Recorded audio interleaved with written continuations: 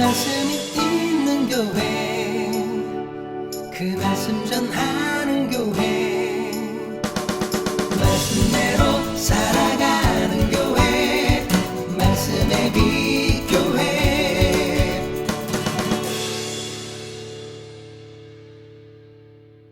네, 오늘 저녁은 상황이 아니라 말씀을 따라가라 라는 제목으로 함께 말씀을 나누고자 합니다. 여호수아가 아침에 일찍 일어나서 모든 이스라엘 백성들과 함께 요단을 건너기 위해서 시딤을 떠나서 요단강 가까지 갑니다. 그리고 거기에 이르러서 유숙하죠. 자, 오늘 본문 1절 말씀입니다. 또 여호수아가 아침에 일찍 일어나서 그와 모든 이스라엘 자손들과 더불어 시딤에서 떠나 요단에 이르러 건너가기 전에 거기서 유숙하니라. 건너가기 전에 유숙하는 거죠. 여호수아가 아침에 일찍이 모든 백성들을 데리고 시딤을 떠나 요단으로 간 이유가 뭐예요? 요단강을 건너기 위함이죠. 이제 요단강을 건너서 약속의 땅인 가나안으로 들어가기 위해서 요단강까지 간 겁니다. 시딤에서 2명의 정탐꾼을 보냈었죠. 그들이 라합의 도움으로 무사히 돌아와서 보고를 하죠. 무슨 내용이었습니까? 하나님께서 가나안을 우리에게 주신 게 확실하다. 저들이 이를 알고 두려워 떤다라는 내용이었죠. 자, 여호수아서 2장 24절 말씀입니다. 함께 한 번만 읽어보실까요? 2장 24절입니다.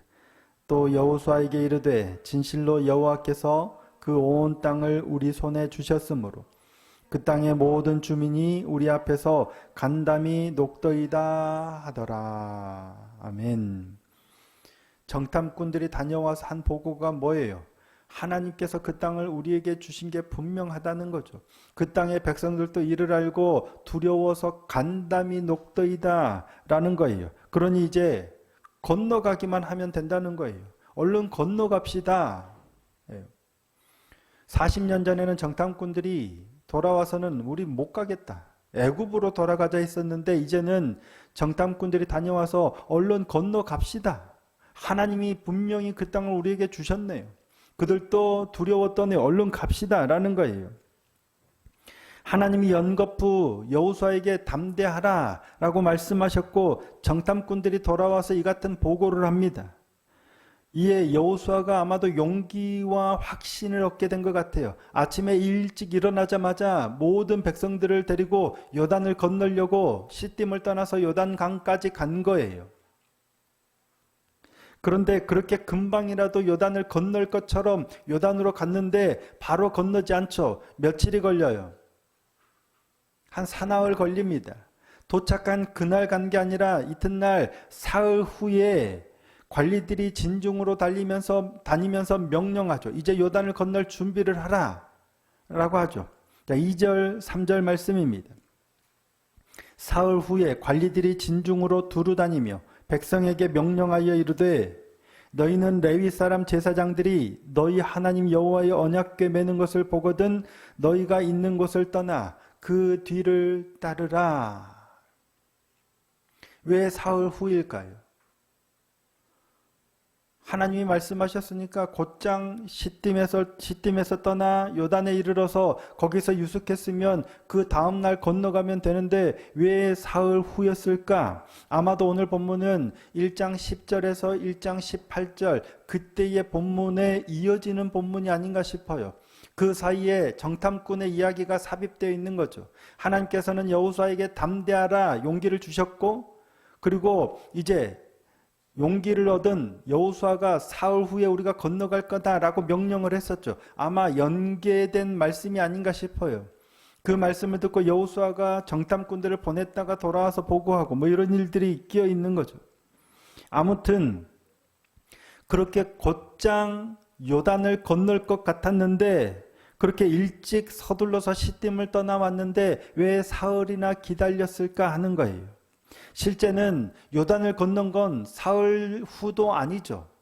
사흘 후에 관리들이 다니면서 뭐라고 말을 해요? 자, 5절입니다. 여호수아가 또 백성에게 이르되 너희는 자신을 성결하게 하라. 여호와께서 언제? 내일 너희 가운데 기이한 일들을 행하시리라.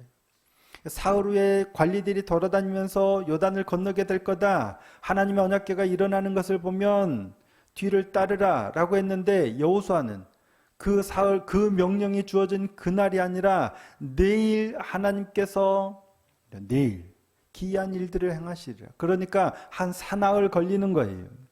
왜 곧장 건너가지 않고 사나흘의 시간을 그곳에서 보냈을까 하는 겁니다.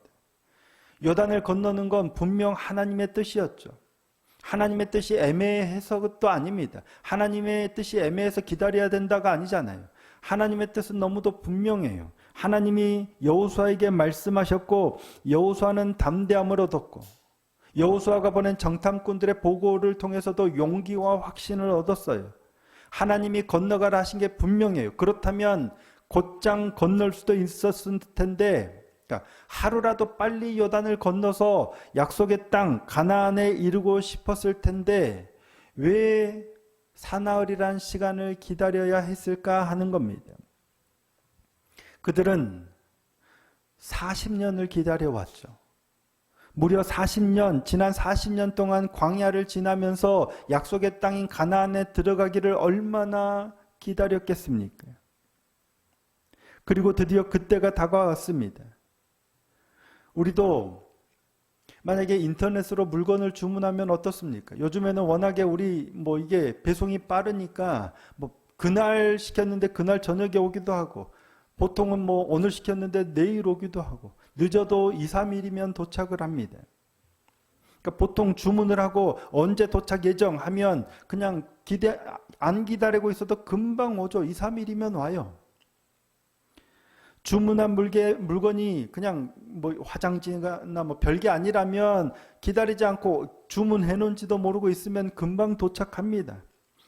와 있어도 그런가 보다 하고 그냥 이게 일상이에요. 그런데 내가 주문한 물건이 그토록 갖고 싶었던 거예요.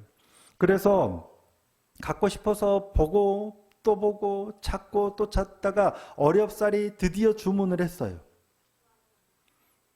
근데 그게 온다는 거예요. 우리 딸도 그렇고 아들도 그렇고 애들만 그런 게 아니라 저도 그렇죠. 뭔가가 되게 갖고 싶었는데 못하다가 어느 날 주문을 했어. 그러면 그때부터 어때요? 주문 확인을 봐요. 아직 배송이 시작되지도 않았어. 주문 확인을 보기도 해요. 거기에 뭐라고 뜨냐면 주문 취소 이게 떠요. 그건 아직 배송이 시작도 안 됐다는 거잖아요. 그런데 그걸 보고 또 문자가 오면 배송이 택배사로 갔습니다. 배송이 시작되었습니다. 이제 배송이 시작됐다는 문자가 날라왔는데 들어가서 봅니다. 어디쯤 왔나? 어디쯤 오긴요. 이제 배송이 시작되는 그 장소에 택배사로 들어갔지. 그런데 모르는 게 아닌데 계속 확인하고 또 확인하고 혹여라도 언제 도착한다라는 문자가 오면 애들도 그렇지만 아빠 밖에 나가보라고. 왔냐고. 아직 안 왔다고. 도착하면 문자가 온다라고 해도 계속 나가보라 하고 도착했다는 문자가 오면요. 밖에 있다가도 그거 보고 싶어서 확인하고 싶어서 마음은 이미 집에 가 있습니다. 물건 하나를 시켜도 그러는데 무려 40년을 기다렸어요. 40년 광야 생활을 견뎌서 드디어 그 날이 온 겁니다. 하나님께서 확답에 확증까지도 하셨고 용기와 확신도 주셨어요. 당장이라도 요단을 건너고 싶은 마음이 굴뚝 같은 거예요. 그런데도 사흘이에요. 거기다가 하루를 더 기다려야 돼요. 당장 기다리지 않고 기다리고 또 기다리는 이유가 뭡니까? 왜 그랬을까요? 하나님의 명령이 주어지는 시간입니다. 하나님의 말씀이 주어지는 시간이에요. 우리가 기다리는 건 배송이 되는 시간이듯 하나님의 명령이 주어지는 시간입니다. 사흘 후에 백성에게 주어진 하나님의 명령입니다. 3절 4절입니다. 3절 4절 말씀 다시 한번 읽겠습니다. 시작. 백성에게 명령하여 이르되 너희는 레위 사람 제사장들이 너희 하나님 여호와의 언약궤 매는 것을 보거든 너희가 있는 곳을 떠나 그 뒤를 따르라.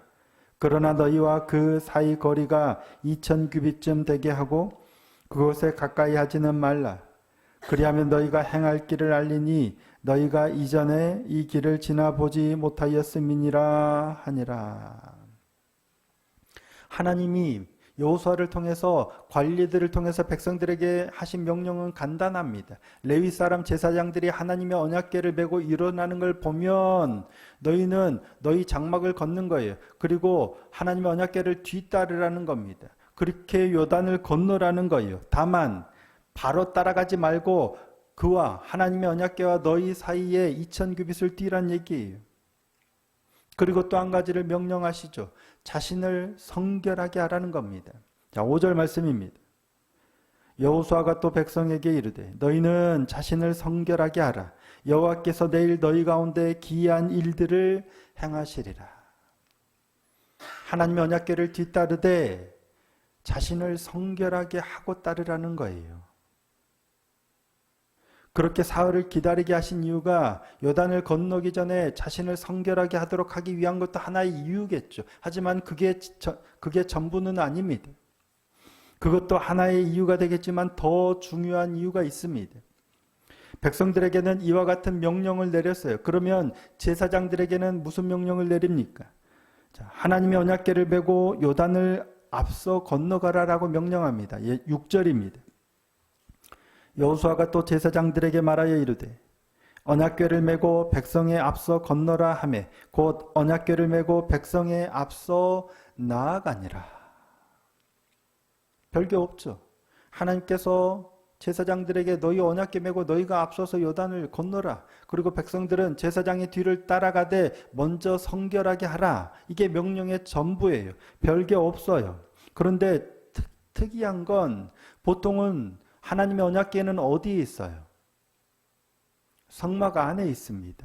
그럴 때 지금까지는 구름 기둥이 불 기둥이 인도할 때 성막을 걷어서 가라 하면 따라갑니다. 보통은 하나님의 언약궤는 성막 안에 있고 행진할 때는 게르손 고앗 무라리 자손들이 성막을 걷고 성물을 어깨에 메고 행진합니다. 그런데 행진하는 순서가 있어요. 그냥 가는 게 아닙니다. 민수기 10장 14절을 한번 찾아볼까요? 제가 너무 길어서 일부러 안 올리고 성경을 한번 찾아보겠습니다. 민수기 10장 14절입니다.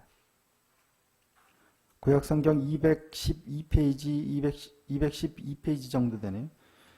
민수기 10장 14절입니다. 하나님께서 모세에게 명령하신 것을 따라 행진하기를 시작합니다. 그런데 선두로 누가 가요? 유다 자손의 진영의 군기에 속한 자들이 가죠.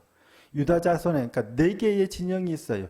유다 자손의 진영의 군기에 속한 자들이 가장 선두로 가는데 유다 자손, 그리고 이사갈 자손, 스불론 자손, 이 3개 지파가 선두로 유다 자손의 진영에 속한 자들이에요.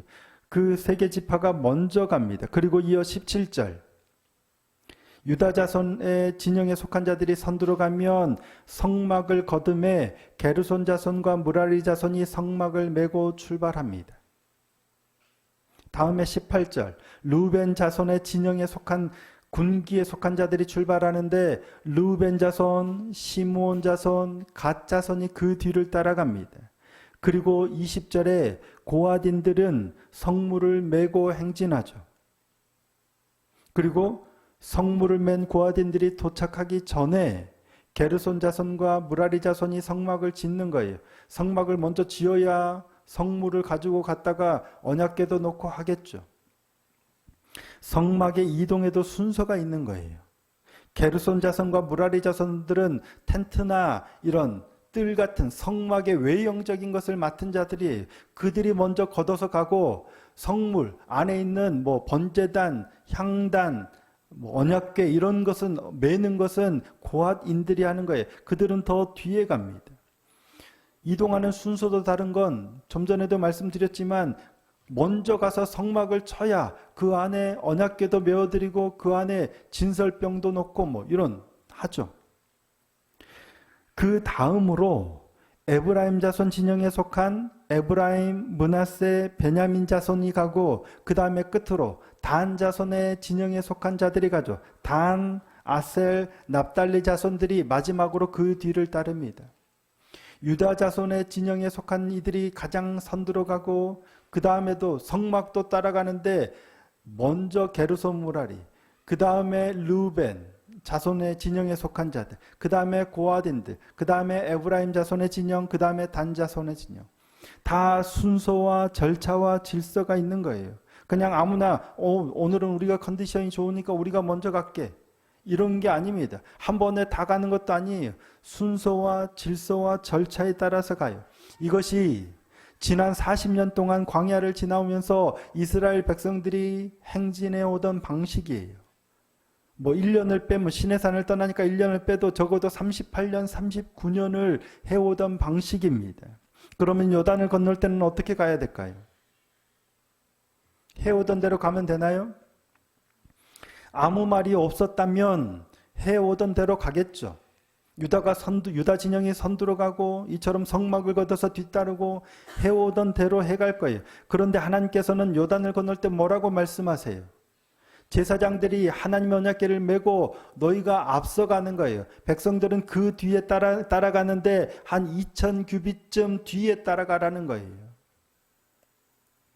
사실 요단을 건너는 일은 단순한 일이 아닙니다. 굉장히 중요한 일이죠. 드디어 하나님이 주시겠다 하신 약속의 땅으로 첫 걸음을 내딛는 거예요. 그런데 그 땅은 그냥 이스라엘 백성이 들어가면 그냥 주어지는 게 아닙니다. 들어가서 싸워서 취해야 하는 땅이에요. 이스라엘 백성이 오기를 기다리는 사람들은 뭐예요? 와, 어서 오십시오 환영하고 영접하려고 기다리는 게 아닙니다. 저들이 쳐들어올까봐 두려워서 간담이 녹아요. 정탐꾼들이 들어왔는데 몰래 들어온 정탐꾼이 들어왔다는 사실도 알아차릴 만큼 지금 예민해 있어요. 이스라엘이 들어가면 그런 그들과 전쟁해야 하는 거예요. 그러니 군사가 앞장서야 당연할 것 같은데 아니에요. 하나님의 언약궤를 맨 사람들이 앞장서라는 거예요.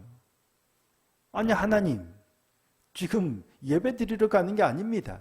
아니, 하나님 지금 제사 드리러 가는 게 아니에요. 그런데 하나님은 뭐라고 말씀하세요? 제사장들이 언약궤를 메고 먼저 가라는 거예요. 그리고 백성들은 그 뒤를 따라가는 거예요. 하나님이 명하신 방식입니다. 하나님께서는 그 방식을 명하신 거예요. 사흘은 그 명령이 주어지는 시간입니다. 그토록 간절히 원하던 그 순간 앞에서 요단을 즉각 건너지 않고 하나님의 말씀을 기다리는 시간입니다. 그게 사흘이 될지 3년이 될지는 모르겠지만 일단 이스라엘 백성들은 그 기간 하나님의 말씀을 기다렸습니다. 지금까지 지금껏 해오던 대로가 아니라 지금 해야 될 일을 듣는 시간입니다. 그리고 상황이나 현상에 따라서 지금에 따라서 움직이는 게 아니라 하나님의 말씀을 따라 움직이는 겁니다. 우리도 그렇죠. 신앙의 연수가 긴 분도 있을 거고 아주 짧은 분도 있겠지만 길면 길수록 신앙생활 해오던 방식이 있잖아요. 내가 이렇게 신앙생활 해왔고 내가 이렇게 교회를 다녔고 내가 이렇게 하나님을 섬겨왔다. 중요한 일을 앞두면 뭘 따라갈까요? 내 신앙의 원칙과 확신을 따라서 가지 않겠습니까? 신념을 따라가겠죠. 중요한 일일수록 더 그럴 거예요. 그동안 하나님을 섬겼고 교회를 다니며 믿음의 길을 걸어왔던 방식대로 중요한 일은 그대로 하겠죠. 그만큼 중요하니까. 그런데 아니라는 거예요. 우리는 그럴 확률이 되게 높아요. 그래서 하나님께서는 말씀하시는데 네가 해오던 대로 하라라고 할 수도 있지만 아닐 수도 있잖아요. 그래서 뭘 해야 되냐면 하나님께 물어야 되는 겁니다. 지금 이 현상, 일어나고 있는 상황이 아니라 하나님의 말씀을 따라가기 위해서는 반드시 하나님께 물어야 합니다. 제가 목사가 돼서 목회를 할 때도 제가 하고자 했던 방향이 있어요. 저는 전에도 말씀을 드렸지만 이렇게 보편적인 이런 교회를 할 생각, 설교하면서 이런 목회를 할 생각은 사실은 추호도 없었어요. 그런데 시간이 지나면서 인도하심을 따라서 여기에 오게 된 거죠. 교회를 개척한 것도 개척에 대한 생각이 거의 없었겠죠. 근데 어느 순간 그런 마음들이 들었고 개척을 하기로 결정됐을 때 어디에서 할 것인가? 내가 원하는 곳으로 가고 싶었죠. 하나님이 허락하셨을 때 내가 원하는 곳에서 그러면 가장 좋은 곳에서 할까? 그러면 그곳으로 가면 어떤 목회를 할 것인가? 내가 가장 잘하는 것, 내가 하고 싶었던 목회를 열심히 하면 되느냐? 아니에요. 그것도 하나님이 하라 하시는 걸 해야죠. 그때그때 계속해서 물어야 한다는 겁니다. 오늘 하나님의 뜻을 요단을 건너는 게 하나님의 명확한 뜻이에요. 그래서 그냥 건너면 될 것 같은데 그때에도 하나님의 말씀을, 하나님의 뜻을 물어야 하는 겁니다. 끊임없이 하나님께 묻고 하나님의 말씀을 들어야 합니다. 하나님께 물으면 대답을 하실까요? 안 하실까요?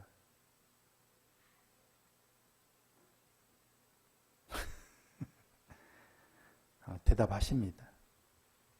하나님께 물으면 반드시 대답하십니다. 근데 대답이 잘 안 들리면 뭐가 문제일까요? 관계를 점검해 봐야 됩니다.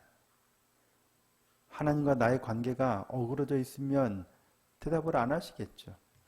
사울이 버림받은 후에 물었는데 우림으로도 둠밈으로도 뭐로도 대답 안 하세요. 꿈으로도 선지자로도.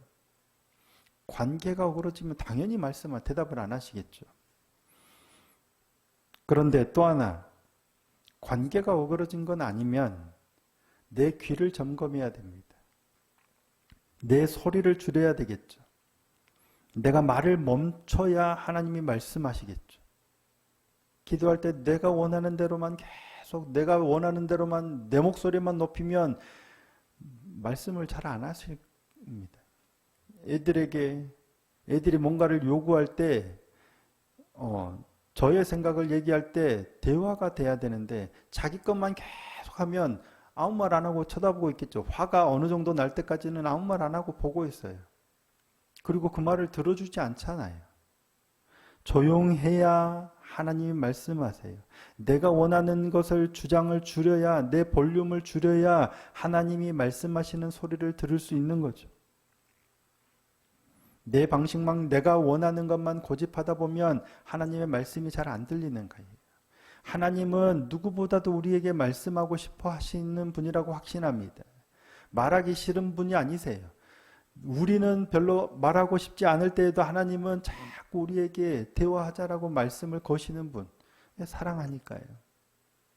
근데 그 하나님의 말씀이 잘 안 들린다면 관계도 관계겠지만 사실은 관계보다는 우리의 생각과 우리의 목소리가 너무 크기 때문이 아닌가. 내 고집대로 내가 원하는 대로. 그게 너무 크니까 하나님의 말씀이 잘 안 들리는 것 아닌가 싶어요. 대화가 뭔지는 잘 아시죠? 하나님과 대화가 원활하게 이루어져야 되는데 그러니까 하나님과 더 깊은 관계 안에서 더 좋은 관계 안에서 하나님과 더 깊이 주고받는 대화의 사람이 되기를 소원하고 축복합니다. 그럴 때 대화만 잘 된다면 하나님의 말씀도 잘 들릴 거고 우리의 말도 하나님께 잘 전달될 거고 그런 은혜의 삶이 되기를 소원하고 축복합니다. 먼저는 하나님이 말씀하시는 것을 기다리는 시간. 너무도 분명하지만 하나님의 뜻이 너무도 분명하지만 그때조차도 하나님의 뜻이 무엇인지를 묻고 들을 수 있는 여유를 갖기를 원합니다.